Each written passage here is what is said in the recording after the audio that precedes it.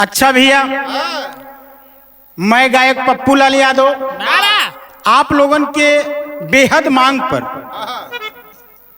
ये बिरहा ओपी म्यूजिक के सौजन्य से हमारे बड़े भैया ओपी राजभर जी के देख रेख में ही रिकॉर्डिंग होत बा।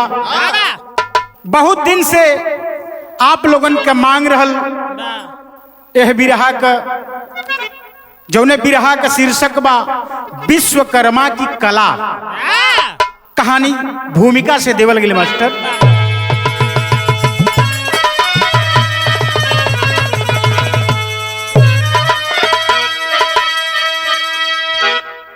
जहां रवि की किरणें पहुंचती कभी ना, वहां कभी कलम से है करता प्रकाशित। पंक्ति में शब्द को एकत्र करके कड़ियों की माला बनाता सुभाषित। हृदय सिंधु में जबकि उद्गार आया, कवि की कलम चल पड़ी है तूफानी। नहीं कल्पना ए है वेदों में वर्णिती, लिखे कवि सरवन पुराणों से छानी।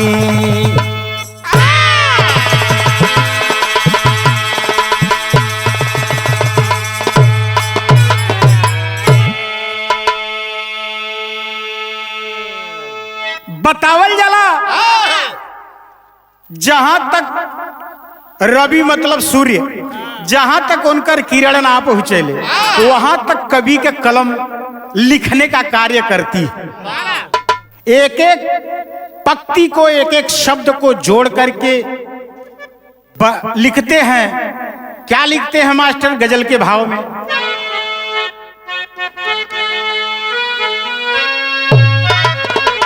वाह वाह वाह वाह। अरे जो नजर चुराते हैं, अरे जो नजर चुराते हैं वो क्या नजर मिलाएंगे। हैं वो क्या नजर मिलाए।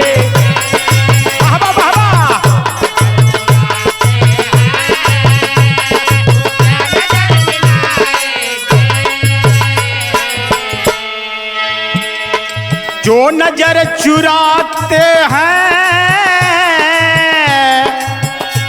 वो क्या नजर मिलाएंगे। जो नजर चुराते हैं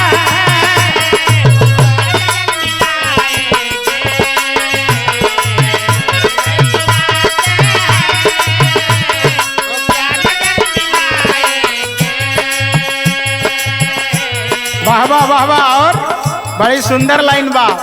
दिल को तोड़ने वाले, दिल को तोड़ने वाले, अरे क्या गले लगाएंगे।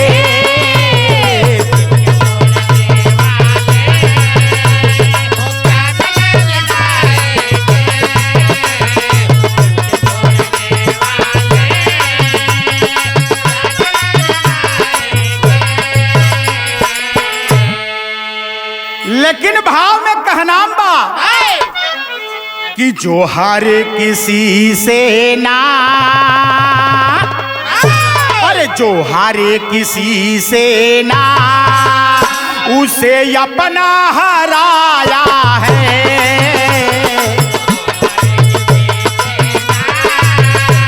उसे अपना हराया है।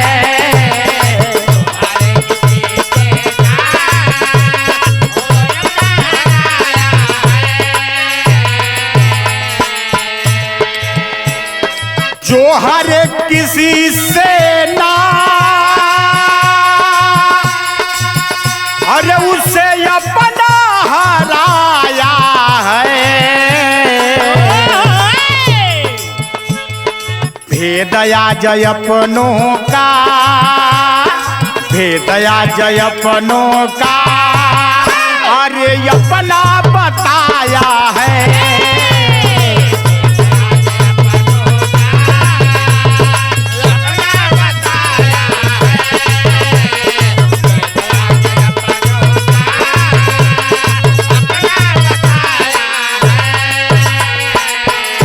ए बाबूजी, बतावल जाला कि जे भी हारला अपने से हारला।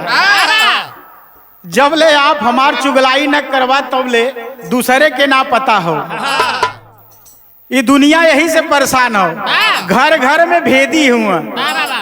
एक भेदी रहल लंका में, विभीषण, जौन की रावण का भेद बतौलस, रावण के जिंदगी चल गई। तो कहना बा आगे कहानी में नज्म का लाइन लगल मास्टर।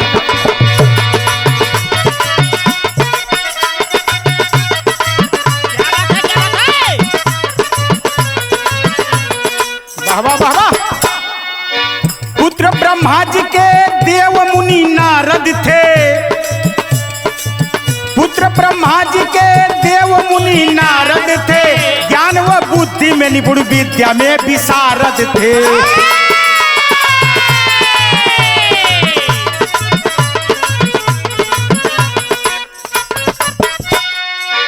मगर स्वभाव से उनका हठी मिजाज रहा। मगर स्वभाव से उनका हठी मिजाज रहा। हर एक काम करने का नया अंदाज रहा।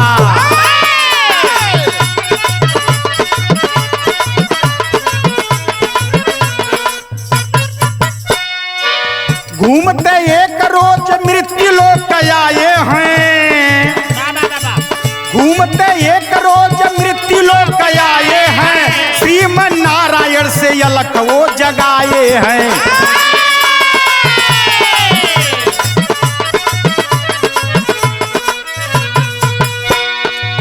श्राद्ध करवा रहा पिता का एक बनिया हो। श्राद्ध करवा रहा पिता का एक बनिया हो। पूछे नारद जी तब जा सही कहानियां हो।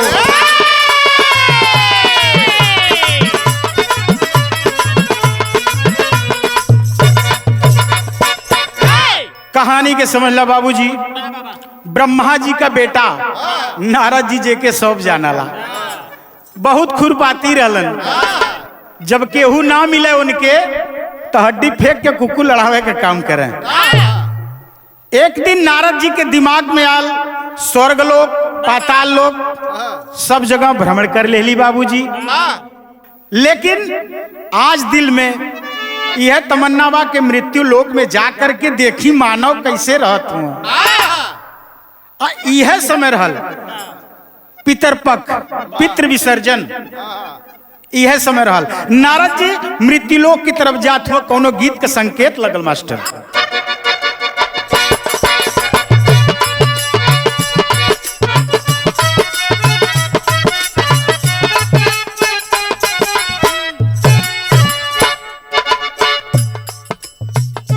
प्यार में धोखा खाइल आशिक समझावत है तोहरा जैसन आदमी के।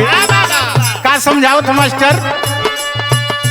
हो दिल देता है, दिल देता है रो रो दुहाई। किसी से कोई प्यार ना करे।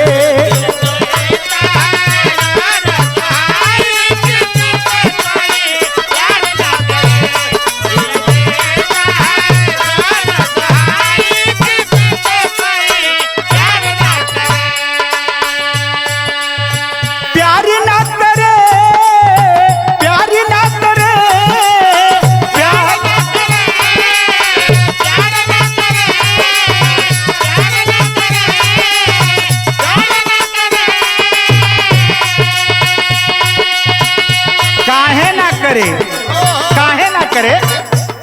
बड़ी महंगी हो, बड़ी महंगी, बड़ी महंगी पड़ेगी जुदाई। किसी से कोई प्यार ना करे।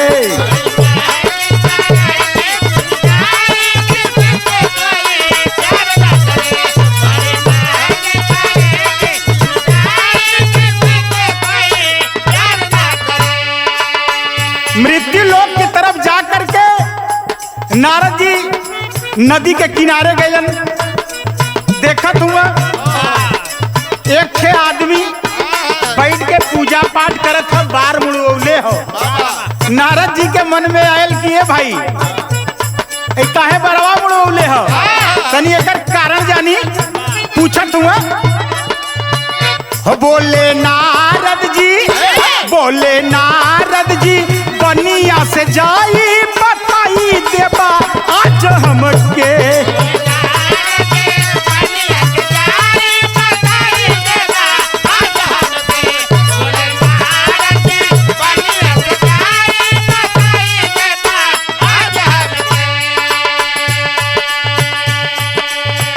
ओ आदमी से पूछत हुआ कि ए भाई ई का होत हो, बनिया बताओ थो।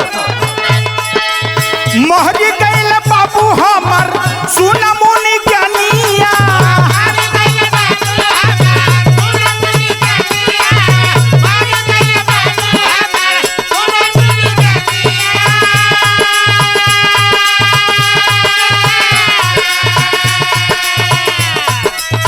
जवन बेटा बाप के ना देला पिंडा पनिया,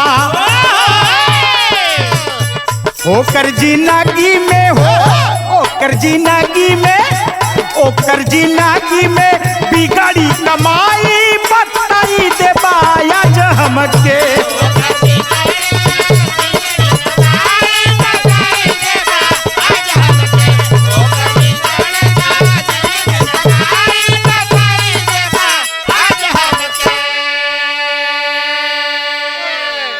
अच्छा तो नारद जी पूछत हुआ कि भाई ई का करत हुआ, तो कल बाबूजी मर गल हुआ, उनकर पिंडा दान करत थी।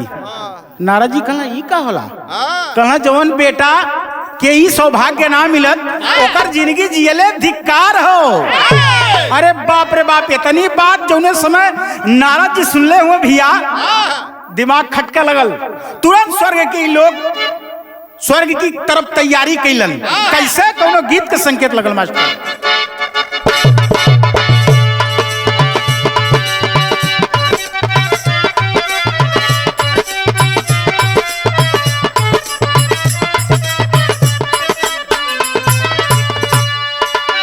जब से सिपाही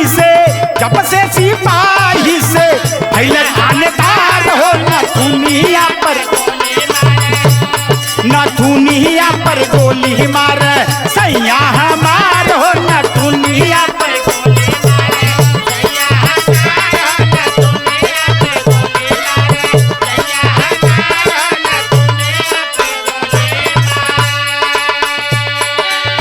सुनी नारद मुनि कैले मन में विचार हो बनाई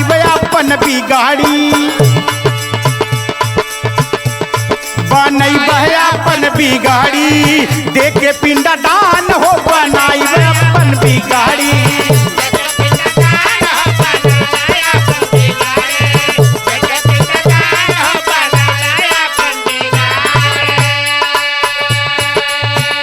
और का सोचत हुआ जबले ना होई हमरे बाबू का मरनवा,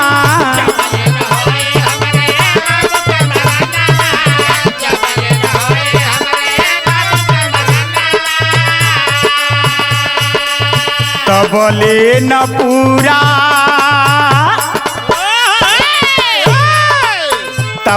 न पूरा होई ही मोर यार मनवा।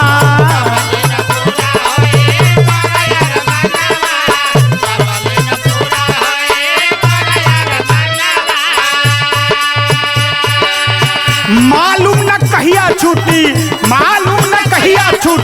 बाबू के प्राण हो बनाई अपन बिगाड़ी देखे पिंडा दान हो बनाई अपन बिगाड़ी।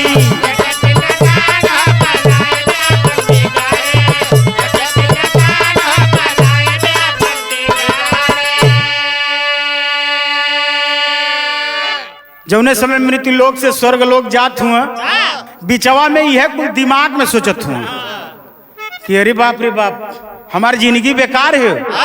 बड़ा सही आदमी मिल गल बताए दिलस। तेरी का भाव लगल मास्टर।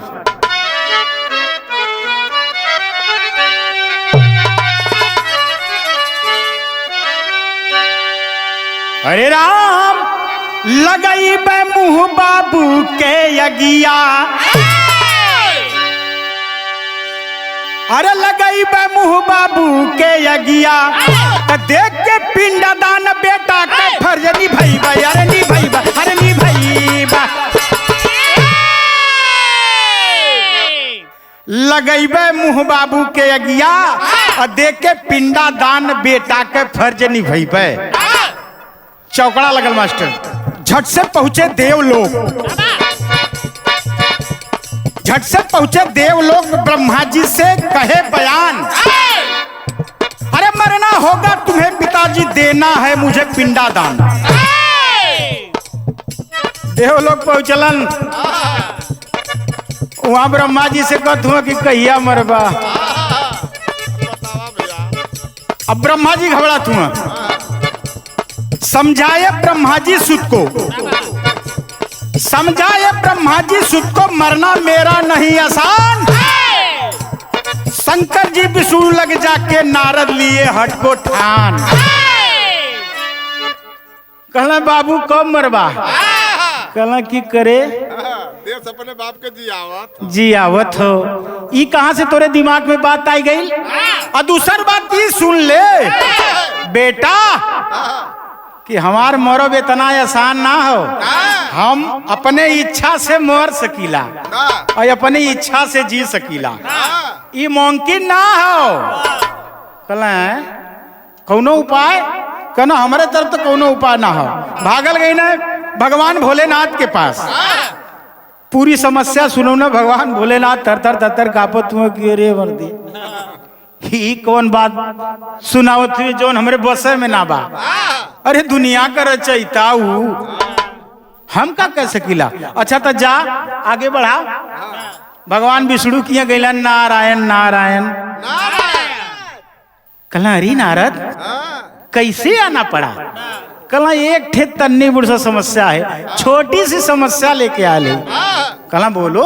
अरे दुनिया की समस्या हम खत्म करीला, तुहार न खत्म करो। कहला करे लायक कोई जरूर करब। भयल का कौन गीत का संकेत लगल। वाह वाह वाह वाह।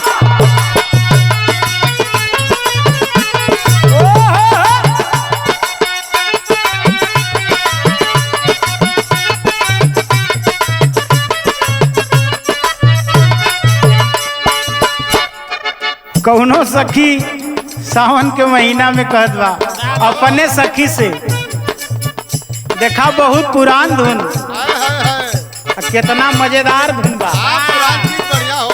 जैसे सखी बरिसल हो राम,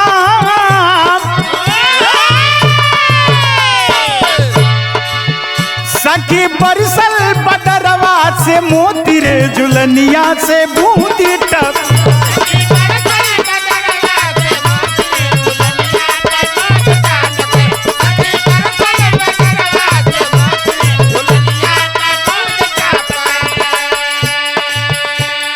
एक वैजा छोड़ दा। ई नारद जी का खुरा पात देखा भाव में, मान कोई नहीं, मान कोई नहीं, नारद का कहना हो नयनवा सुनील टबकल।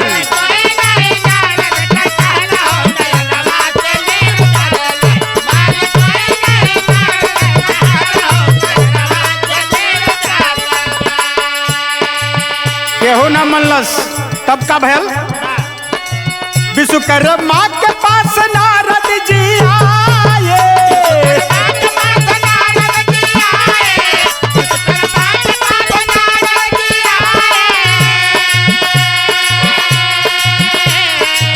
मन के मलिन दर्द उनको सुनाए।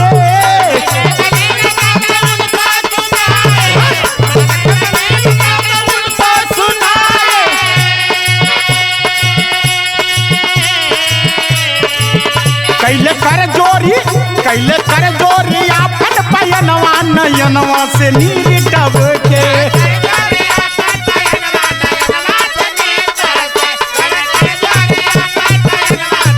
क्या बात है, वाह वाह वाह वाह। सब करे कि यहाँ से हार करके लास्ट में विश्वकर्मा जी के पास गईलन। सब कहत है कि हम आने के बस का ना हो, लेकिन ये कमवा खाली आप कैसे कहला। कहला नारद कैसे तोहके मालूम। कहला दुनिया का सूरत तू गढ़त हुआ, दुनिया का बढ़िया बढ़िया एकदम जब बनावे को होता तो आजू के दिन अतवार वाले दिन के गढ़ेला फुर्सते में, तो ये कमवा तो हमारा आपे कह देबा। कहला धर्म संकट में तो डाल देला। चला कौनो उपाय लगावत थी। का उपाय लगावत हुआ ब्रह्मा जी। गीत का संकेत लगल। का गीत का संकेत लगल बा।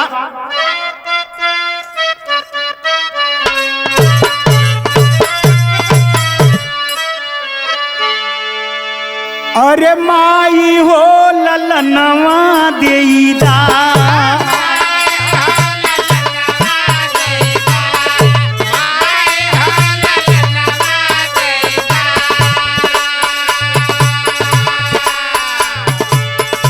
बहिनी हो बीरनवा देईदा।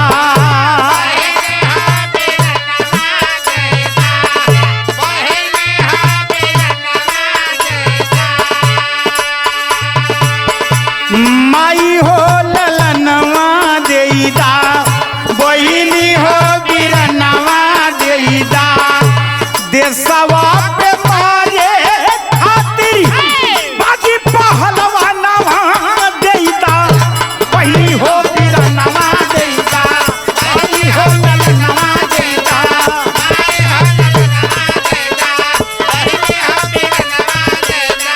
देशवा पे लड़े खातिर बाजी पहलवानवा देईदा, आई हो ललनवा देईदा।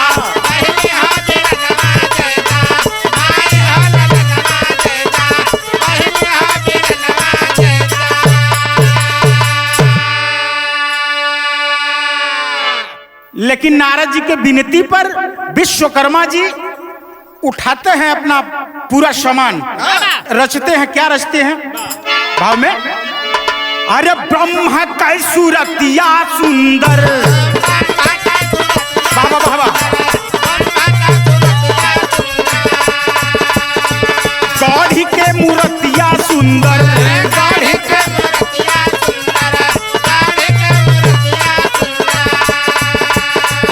देहले बनाई विश्वकर्मा वही बखतिया सुंदर, ब्रह्म के मूर्तिया सुंदर।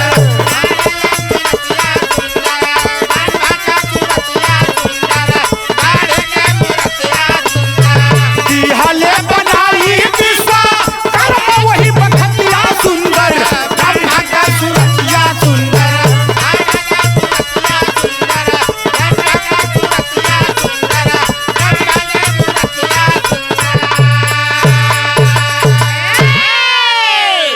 अरे कला के पुजारी विश्वकर्मा गुण गानावा हो।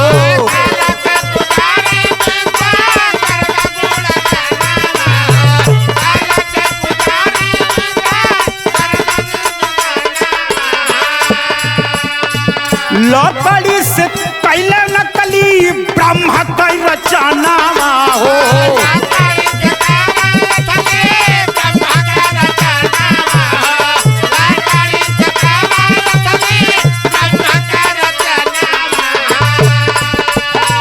देखी के दुराई गई नारद कठतिया सुंदर, ब्रह्म का सूरतिया सुंदर, गौड़ी के मूर्तिया सुंदर।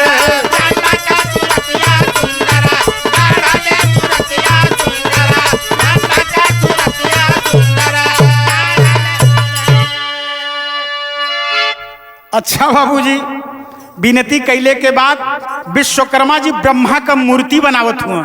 कितनी सुंदर मूर्ति गढ़ के बना देना, एकदम हुबहू ब्रह्मा जैसन। तो भैल का बहपट में भाव लगल मास्टर। अरे मूर्ति ऊपर डाले तुरंत कफनवा नारद ज्ञानी हो। तो मूर्ति ऊपर डाले तुरंत कफनवा नारद ज्ञानी हो। अरे मरघट पर ले चलल चार जवनवा नारद ज्ञानी हो।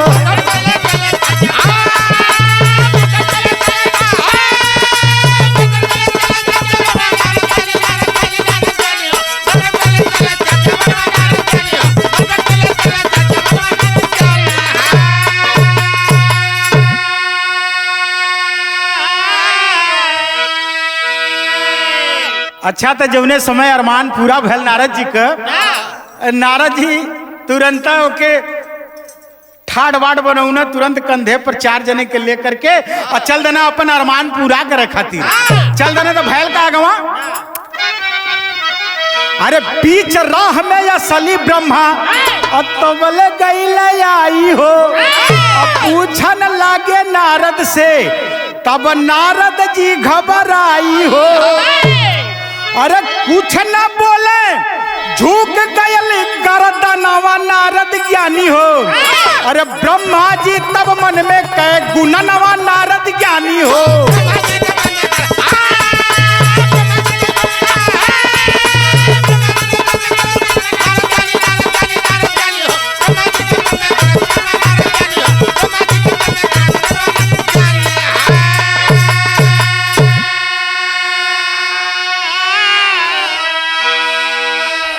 अच्छा भैया कोनो बढ़िया काम कह के अगर जइबा तो कोनो डर रही? अगर कुछ चुरा के लेके भागत हुआ तो हमेशा डर रही कि कोनो आए न जाए। ऐसा ही नारद जी जौने समय ब्रह्मा जी के कन्हवा पर लेके जात न, अगवा ब्रह्मा जी खुदे बेटा गई और बेटा गई कला नारद ये के मर गए के लेके जाते हुए तो कल वो का हम बताई। बोलिए ना आवत अटक अटक के हापत हुआ, बोलते ना हुआ कि तोहरा लाश बा। ब्रह्मा जी कहला कि सुन जरूर हमके दाल में कुछ काला लगत हो, तू बताओ चाहे मत बताओ, लेकिन दिमाग हमार कुछ काम करत हो। का काम करत है? आल्हा में लगल मास्टर।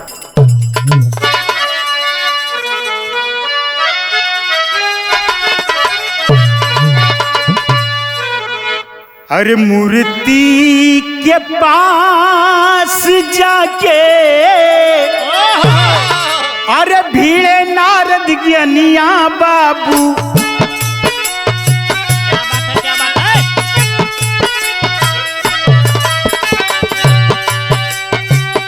करना ही देवल चाहे मुहावा उघा।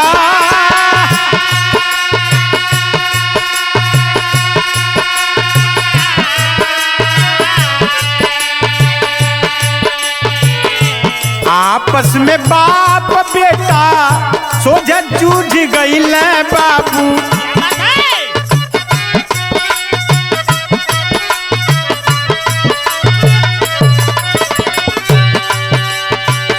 तबल एक धोखावा हो गईल बरिया।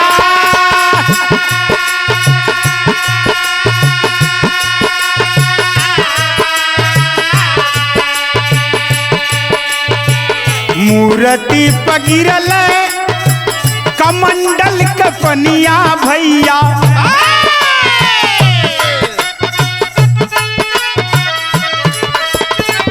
तबल दूसर ब्रह्मा होई गईल तैया।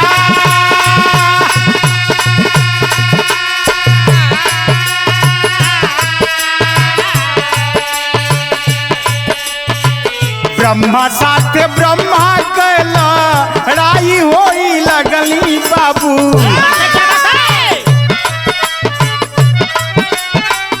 देवलोकवा में मच गईल हाहाकार।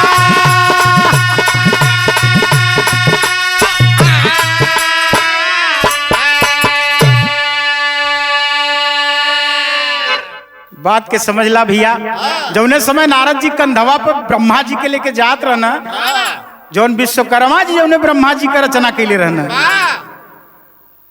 बीच में ब्रह्मा जी जौने समय मिलल हुआ नारद जी से पूछत हुआ कि नारद के हो, बता ना पावत हुआ। लेकिन ब्रह्मा जी खुद जा करके वो अर्थी के खोल करके देखत हुआ ब्रह्मा चौंक गए कि अरे एक हम एक ऊ मरल, ये कैसे हो सकला।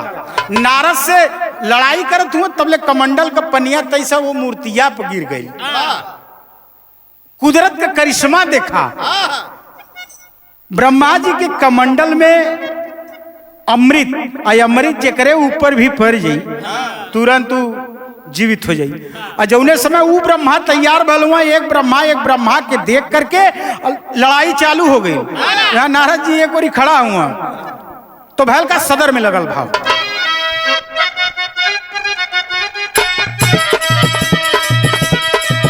अरे असली या नकली समझ में न आवे,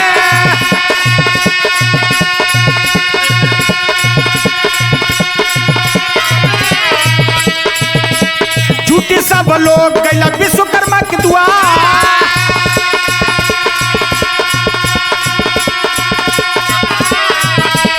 मंत्र पर के विश्वकर्मा जी फेंकल त पनिया।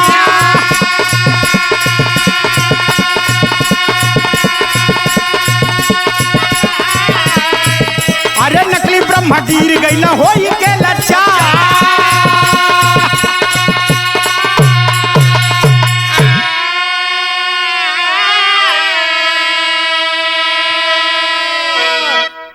जब ब्रह्मा लड़ाई करे लगले तो पूरा देवलोक में हाहाकार मच गई कि केहू से कम ना बा।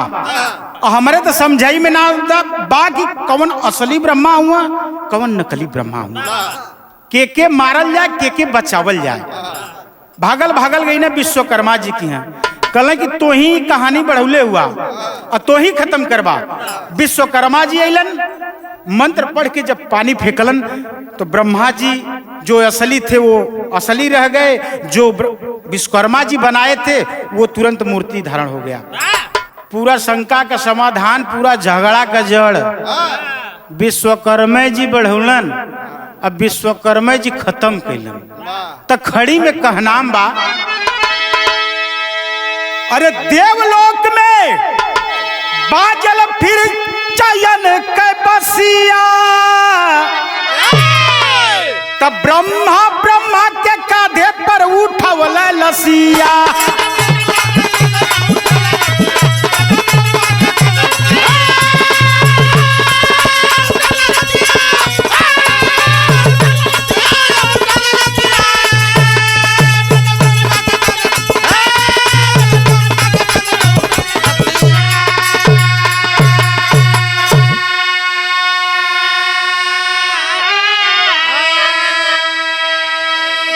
एकदम हाहाकार बंद भइल, खुशी दिल में सबके जागल।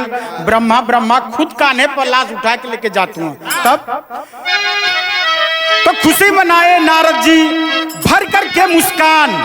अरे साथ कराए बाबू जी का दिहले पिंडा दान, तो शान से पूजल या रमानावा उठावल लसिया।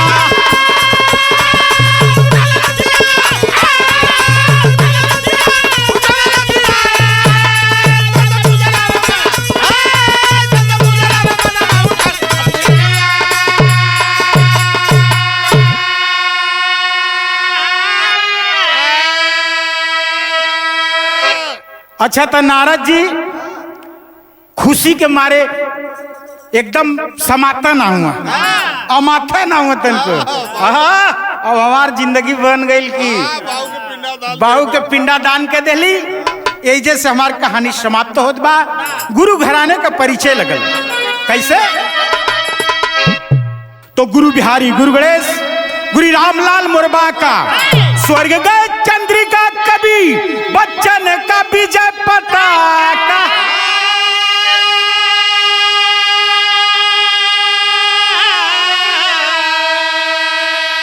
अरे लगैबे मुँह बाबू के यगिया, पप्पू कवि सरवन सदगुरु से नेह लगैबे मुँह बाबू